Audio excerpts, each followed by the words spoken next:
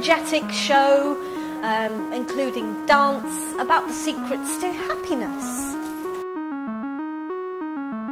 I have a vision of just spreading joy and happiness, really, and I think that costs nothing other than the ticket price of entry. And I think it's a small price to pay, and you know, the fact that people leave with a huge happy feeling in their hearts is a huge reward for me. With these you don't even have to wear a dress. 2 for 1, just like Orange Wednesdays.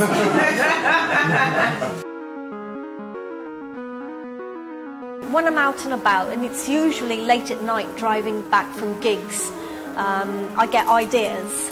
So I jot them down as best I can remember them, and you'll find like I've got little post-its and notes on my computer, notes on my phone, notes basically everywhere. So any little book or piece of paper, back of coasters or napkins, I make notes of silly incidents or funny incidents that have happened, and then I just let it work to the back of my brain, and that's my process. And then I've got to be more disciplined and sit down and write, and that's not necessarily my most favourite bit. I said, Gran, exactly how do you stay happy, you know, in this time of financial turmoil and riots and EDL visits? And she went, oh, I love Lady Gaga. So I got these leggings in her honour. I said, Gran, do you like my Lady Gaga leggings? And she looked me up and down and she goes, oh, in those, where does the fart come out? Oh, come on, sweetheart, show me how you fart. Longer you hold it in the pinchos on your face. Hold it, squeeze it tightly, don't you ever set it free. Some very old school people like John Cleese, with his physicality. He was the Minister of Funny Walks in Monty Python, which surprisingly I only watched a couple of years ago. I'd heard so much about it and I watched it and I thought, wow, that is awesome. Oh, come on, sweetheart, show me how you fart. It was a bit of an accidental show because I loved stand-up comedy, and what I did was I found a little advert. I didn't really know anything about Leicester Comedy Festival, and just found an advert somewhere that said they had a course, a comedy course on, and I thought, brilliant, I can go and support all these comedians who'll be writing their material every week, and I get to watch comedy. And at the end of the course, another little bit of detail that I missed was there was a show. There was a showcase at the Looking Glass, and I went and performed, and it went really well.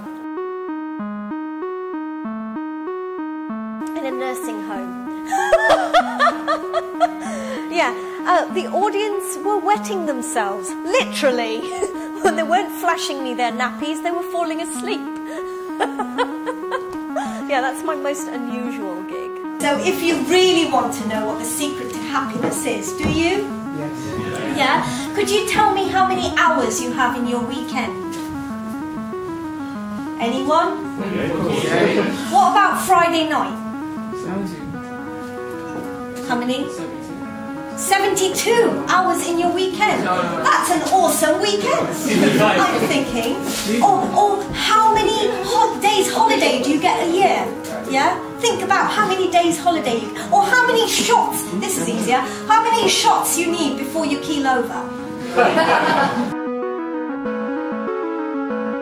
I think I'm dreaming about it as well now. It's part of me. So it annoys my boyfriend sometimes, and he goes, right, it's time to go to sleep. Can you not talk like you're on stage? It's just become a part of me. But the real secret to happiness, a la Bollywood, do you really want to know? Yeah. Yeah. Well, go on, stand up then. Let's have you all standing up. I think that can be quite an issue for a lot of people. The particularly sort of last couple of years with the festival, what I've found is you want to carry on partying till the early hours, and that's great, but you also tend to grab quick stuff to eat on the way. And this year I've made it my goal to be more motivated about how healthy I am.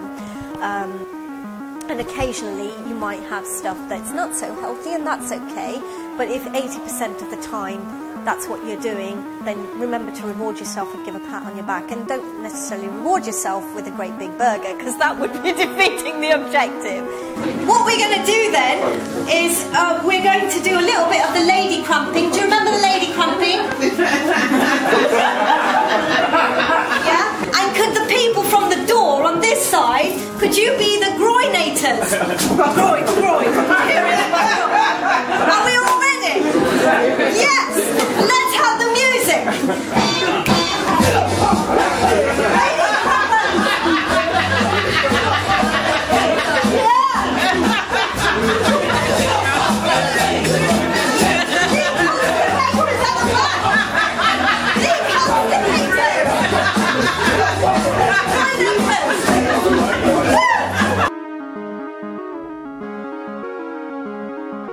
I love audience participation, and yeah, I love to make them part of it. Yeah, definitely. I don't know really.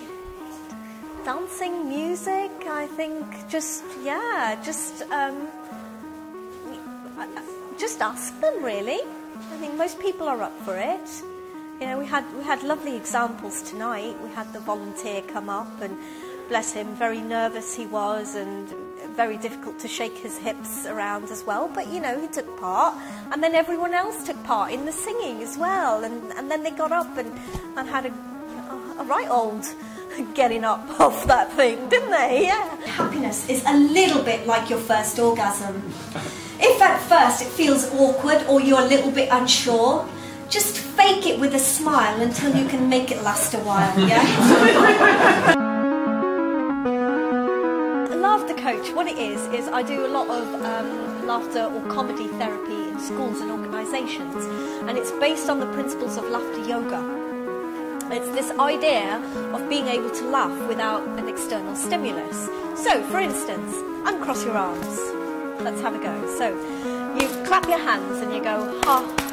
Yeah, 1, 2, 1, 2, 3.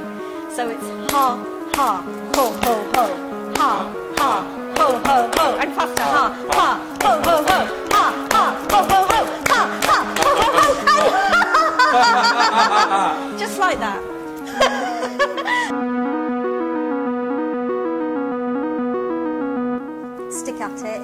Stick at it, do as many gigs as you can, and with every gig remember what you did well, because that's a habit that we all have as performers. We're very good at beating ourselves up, we don't need critics, and we tend to remember the things that went wrong, but try and focus on the things that went well, and the bits that didn't go so well, see them as learning points and ways to improve.